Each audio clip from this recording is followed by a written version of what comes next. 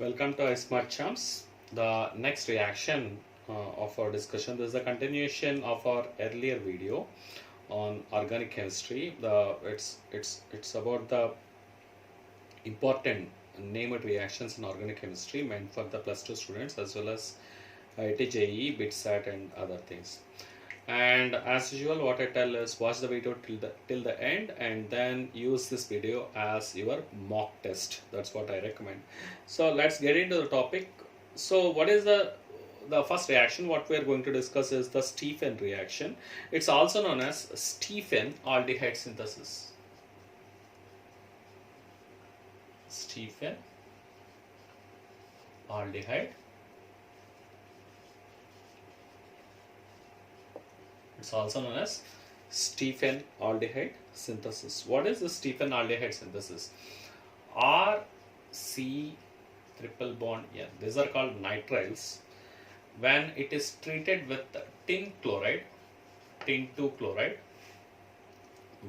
along with HCl, it will generate a kind of thing called a product called imine. This is called imine. I-M-I-N-E, imine.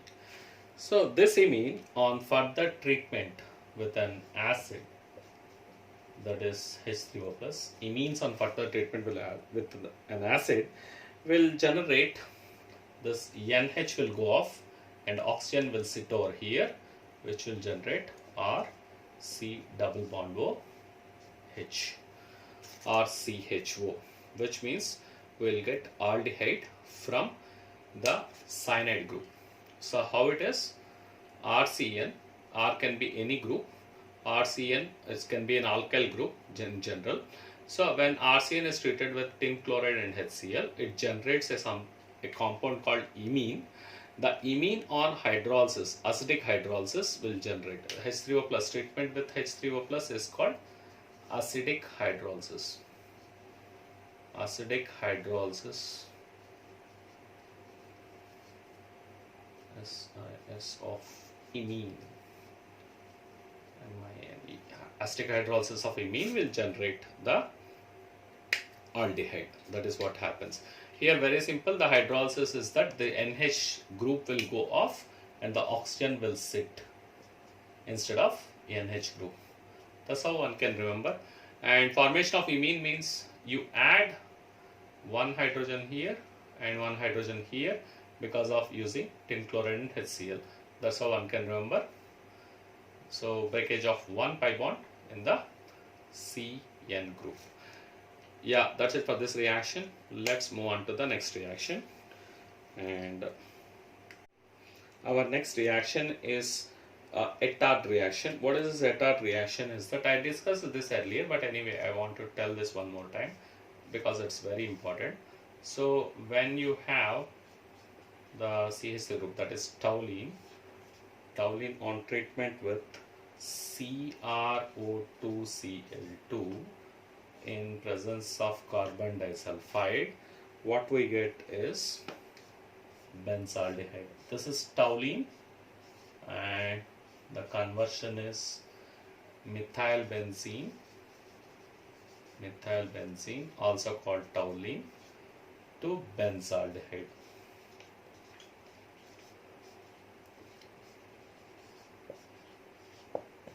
That's the conversion.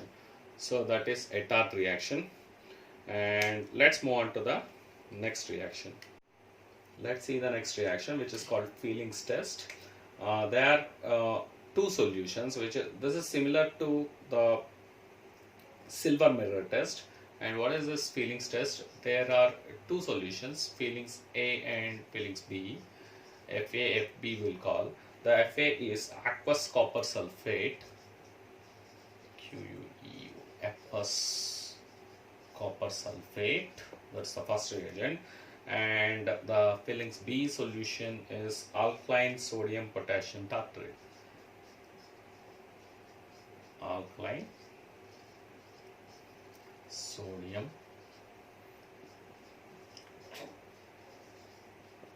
sodium potassium tartrate.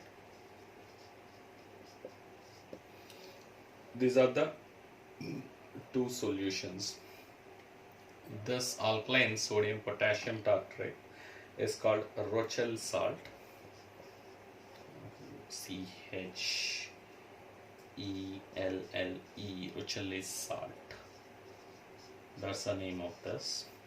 And this test is similar to that of the silver mirror test, which is used in order to detect whether the given thing is an aldehyde or not. So here what it does is, this is the reaction RCHO, it necessarily does the oxidation type reaction. So 2Cu2 plus, the copper 2 plus is coming from the copper sulfate, and the 5OH minus, because it's alkaline solution, these things will react to generate RCO minus, which is the salt of carboxylic acid, which means that aldehyde to carboxylic acid, the oxidation has already happened, and it forms Cu2O and 3H2O. And formation of this is responsible to give a reddish brown color. So I do this in the reddish color itself so that remember better. It forms reddish brown color. I'm writing in red so that you can remember very easily. So it forms a reddish brown color precipitate actually. So that reddish brown precipitate is, that's how we identify whether the given thing is an aldehyde or not using this feelings test. This is what let's move on to the next reaction. Our next reaction is aldol condensation, or it's also called aldol reaction. What is this aldol reaction? I will describe here in a very brief sense. In fact, the mechanism wise and the complete discussion, actually if I have to speak about aldol condensation, it takes about 1 hour. I can discuss more than an hour. So but the thing is that here in the examination point of view, I am discussing right now how to handle this, and I'm going to teach you one technique in order to solve the aldol condensation reaction. So let's see this one. To CH3CHO, 2 moles of acetaldehyde in the presence of dilute NaOH. This is what we take. 2 moles of acetaldehyde in the presence of dilute NaOH. First it forms CH3, CHOH, CH2, CHO. First it forms this, and again upon heating it will eliminate water to form CH3, CH double bond, CH single bond, CHO. The first one is 2-hydroxybutanol. This product, what is obtained is 2-hydroxybutanol. The second product what we obtain is but2-enol. This is the second product what we obtain. So this is in fact how to solve this reaction. This is called the situation is like both the molecules are the same. Like 2 moles of acetaldehyde, it reacts within itself in the presence of a dilute base like NaOH, and later this is how you get the product 2-hydroxybutanol in the initial stage, and again followed by dehydration upon heating. What we get is but2-enol. So here how to write this final product. I'll teach you the technique how to write the final product. Okay, let's I'll clear this. So let's write the final product. How to write the final product? You see this here, it's very simple. I'm discussing here the technique how to handle this, and in my later videos I'll discuss what's the mechanism behind this. I would write CH2 this way, This I am writing another molecule of acetaldehyde. This I'll write another molecule of acetaldehyde. Now simply eliminate water. H2O, you pick it up and join the bonds, join the carbons. So CH3, CH, double bond, CH, CHO. That's all final product, you can check. So this is what is our but2 enol. So that's how you can write the product using aldol condensation.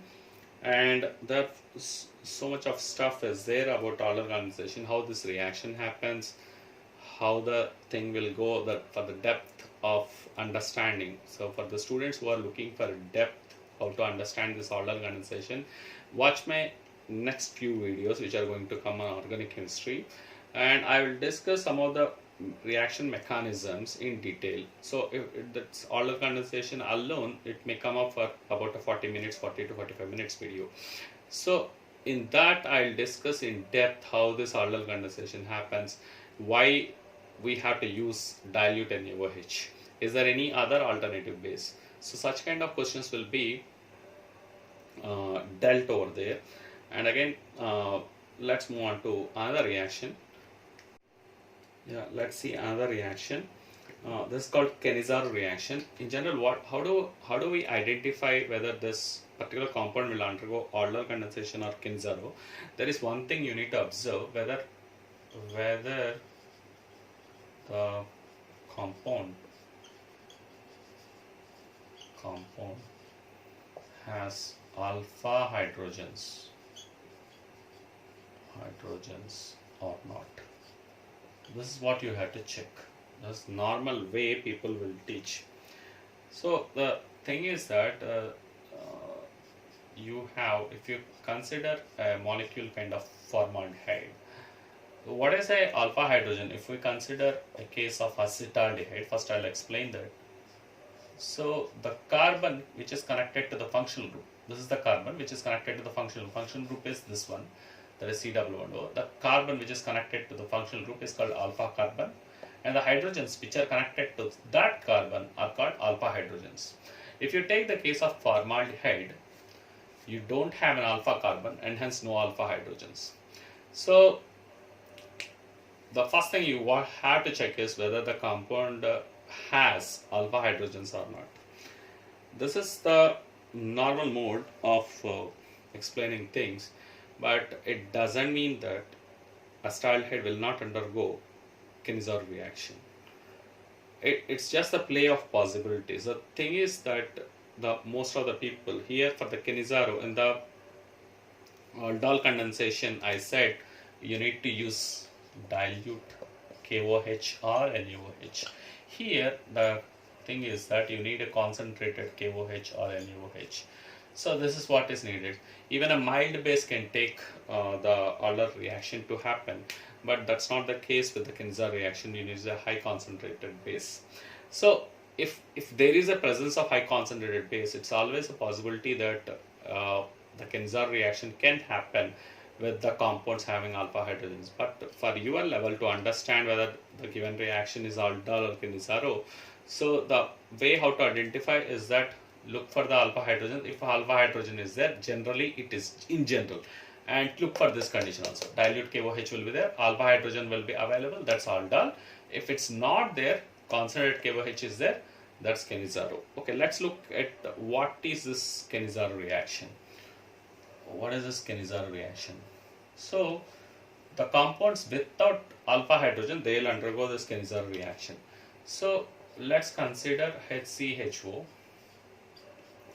and this 2 moles will take, and of course KOH is used, and again it will be heated. And when it is heated, what happens is this will undergo oxidation as well as reduction. The tendency of the student, if this is the aldehyde, when you write the oxidation, people have a tendency of writing this one formic acid at the end, but that's not true, because the KOH medium you won't get the acid, you get the required salt. So don't forget this. The acid is obtained only after the acid wash, and after that you get an alcohol. That is it undergoes a disproportionation reaction. It's a disproportionation reaction. The formaldehyde will undergo oxidation as well as reduction. So in the same reaction, both the things are happening. Such a reaction is called disproportionation reaction. So here, the same thing is undergoing oxidation, the same thing is undergoing reduction. Such a reaction are called disproportionation reaction. So the oxidation product is the salt, the reduction product is methyl alcohol, CH3OH. This is what happens in the Kenizaru reaction. Let's move on to the next reaction. Let's move on. Yeah, let's see another example of the Kenizaru reaction. So we take 2 moles of benzaldehyde. Benzaldehyde is another molecule where you do not have alpha hydrogens. So here CHO, if you consider, when the carbon connected to CHO, there is no hydrogen present in that. So here this will undergo Kenizaru reaction. So in the presence of KOH, don't forget to write concentrated KOH. The oxidation product will be the salt of potassium salt of benzoic acid, that is COOK, that is the cook part. Again, it's coming up now, and you get benzyl alcohol. So what is the crux you have to remember is that this is benzaldehyde. This is benzaldehyde. The benzaldehyde has undergone oxidation, and this is the oxidized product, that is potassium benzoate, and this is benzyl alcohol. So you got potassium benzoate and benzyl alcohol as the products. And here what you have to observe is that any aldehyde which undergoes oxidation, aldehydes undergoing oxidation will give respective carboxylic acids, and they undergo reduction to give the corresponding alcohols. And another thing is that the aldehydes on oxidation will give the carboxylic acids with the same number of carbons. So the ketones case, it will be reduced number of carbons. These are the things which you have to remember. So let's move on to the next video. Let's see the next reaction. Very popular reaction, which is called HVZ reaction, which is Hell-Volhard-Zelensky reaction. So what is this Hell-Volhard-Zelensky reaction? It's a process of getting a halogen at the alpha carbon of a carboxylic acid. So what is the reaction? Let me write RCH2COOH, that's a carboxylic acid. When it is treated in the first instant with an X2, X2 is a halogen with red phosphorus, and again in the second step it is followed by hydrolysis. When this is done, the halogen will sit here replacing a hydrogen here. So this hydrogen is replaced by halogen, not this one. This one will be replaced. That's the beauty here.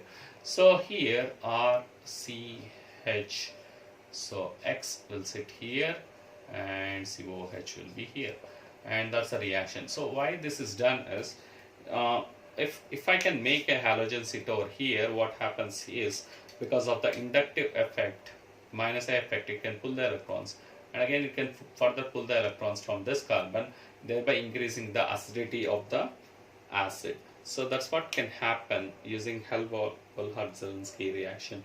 That's why it's very popular reaction. Yeah, let's move on to the next reaction. Let's see the next reaction, which is called Gabriel phthalimide synthesis. What is this phthalimide? Okay, let's see this one. What is this phthalimide? Is that this is what I'm drawing is benzene ring. Over this, if you put 2 COH groups adjacent to each other, that's called phthalic acid. So when it is treated with ammonia, it loses water. It loses water to pures. And how the water is lost, I'll tell you. So it's like this. You can think of something like, it's about 2 waters will go, That's how I'll write. 2 waters will go, and this is the water 1, first water. This is the second water which will go. So which generates our compound, which is phthalimide.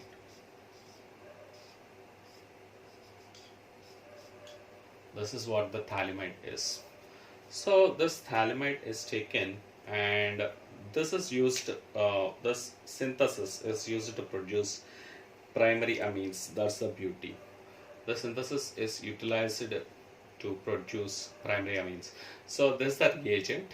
The reagent is, this is the phthalimide, what we are talking about. So this phthalimide will take, and we have to treat it with KOH first. So the phthalimide is taken, and that's the molecule of phthalimide for you, and that is taken and treated with KOH to generate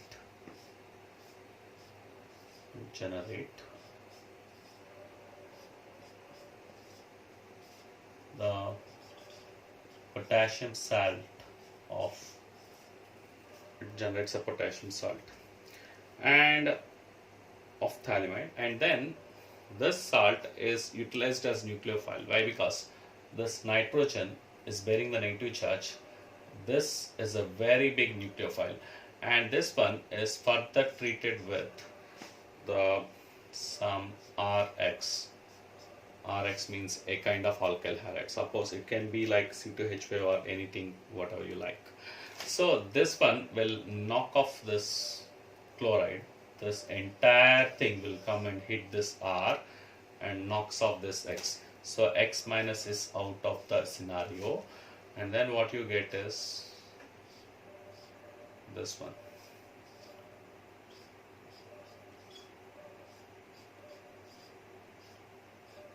So what you get is like N is attached to R.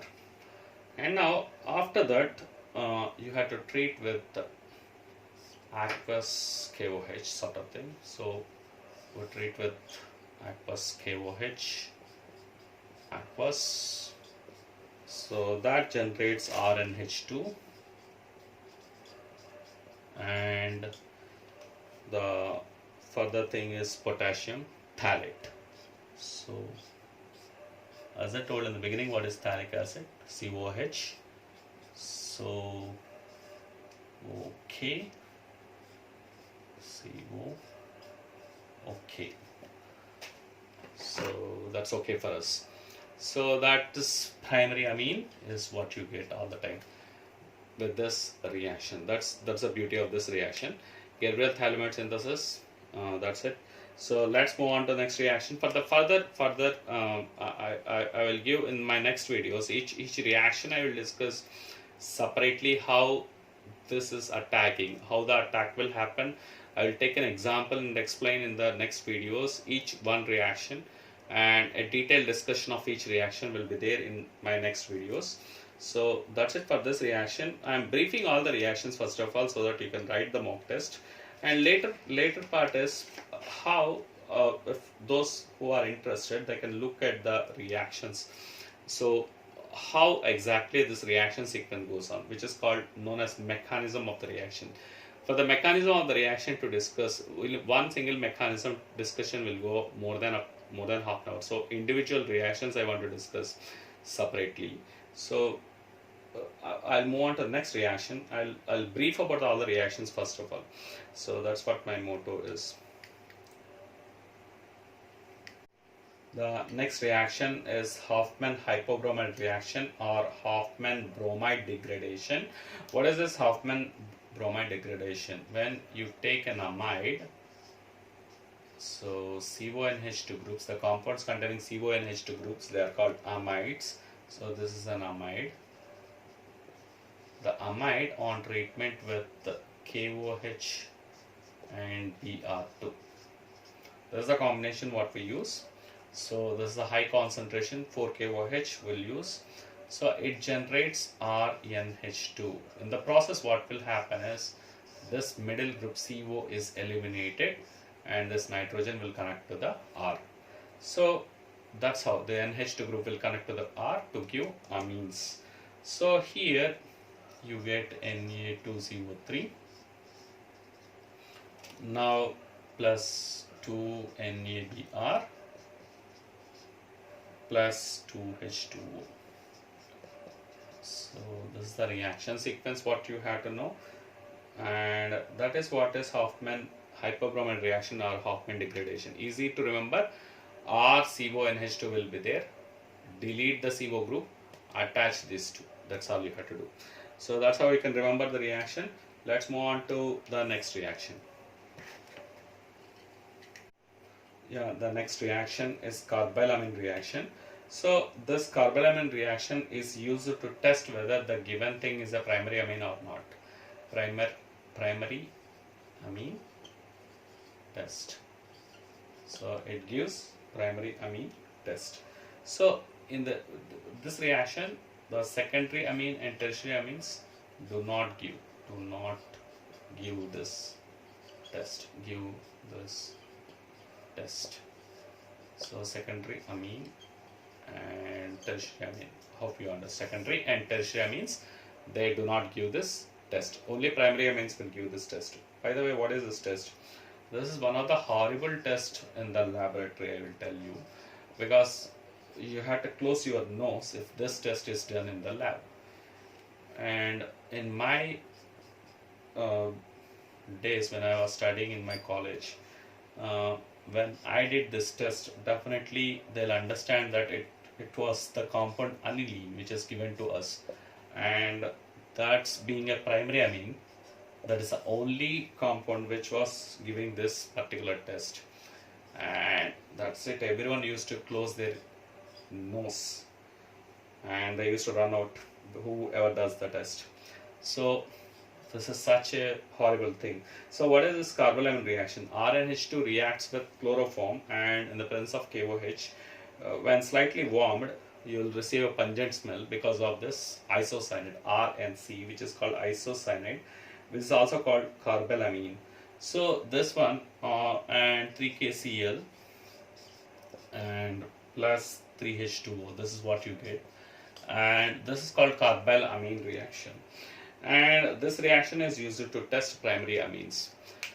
Thank God, if you have not got the primary amine, everyone is saved in the lab. It's something like that. Such a horrible smell it will generate. Okay, let's move on to the next reaction. I will tell you the further details. Very fun in my days when I was studying. Let's see the next reaction, which is called Hinsberg test. It's used to distinguish whether the given thing is a tertiary amine or not. So here the tertiary amine will not show this test. Show this test. So if the given compound is an amine, whether it is a tertiary amine or not, you can check by using Hinsberg test. So the tertiary amines will not give this test. Primary and secondary amines will give a positive test, and tertiary amines will not give the positive test. So by the way, there is something called Hinsberg reagent. So what is this Hinsberg reagent? Let's see. So that is called benzene sulfonyl chloride. Benzene sulfonyl chloride. So benzene sulfonyl chloride is called Hinsberg reagent. So the structure of that is like this. SO2Cl. This is the structure. This is the benzene sulfonyl chloride. This will give the test for primary and secondary amines. Let's see how it will give the test. So I'll show you the reaction, how it goes, how it gives the test. So let's take the benzene sulfonyl chloride, SO2Cl plus we have an amine, which is a primary amine. Let me show you how it will give the test. HCl will be out, minus HCl, and then you have C2H5 NH SO as double bond SO2. This is how it will connect. So that's why this reaction happens, is because of the presence of hydrogen. So when you take a tertiary amine, there is no hydrogen over there. Similarly, the secondary amines will also react. The thing is that I'll just change this one to some methyl group. Rest of the things are same for the secondary amine, if I consider something like this. So methyl refers to CH3 group. Rest of the things are more or less the same. So Hinsberg test is will show the positive results for. So the formation of this one will form, a compound of this sort will form. So the primary and secondary amines will give the test because of the presence of hydrogen on the nitrogen atom. Whereas the tertiary amine, structure of the tertiary amine will be something like this one. So for example, this is the trimethylamine. No hydrogen is present, so no elimination of HCl, so hence no reaction. So the it's used to distinguish the tertiary amines from primary and secondary amines. So that's what the reaction is. Let's move on to the next one. Let's see the next reaction, which is called coupling reaction. This is called azodie formation. What is this azodie? So we have benzene diazoamine chloride. So that is N2 plus Cl minus. This is benzene diazoamine chloride. Upon treatment with phenol, we can have many groups over here. So upon treatment with phenol, what happens is it eliminates HCl. And this nitrogen directly connects over here. So what happens here is, this is how we get a compound. This is the adduct what we get, and this is orange color dye. This is orange dye. Name of this adduct is para-hydroxyazobenzene. Para-hydroxyazobenzene, which is also called azodie. And it, instead of OH, even if I have NH2 group, the reaction, the rest of the reaction is same. So if I have NH2 group, the same kind of reaction will happen. So here I get para-aminoazobenzene.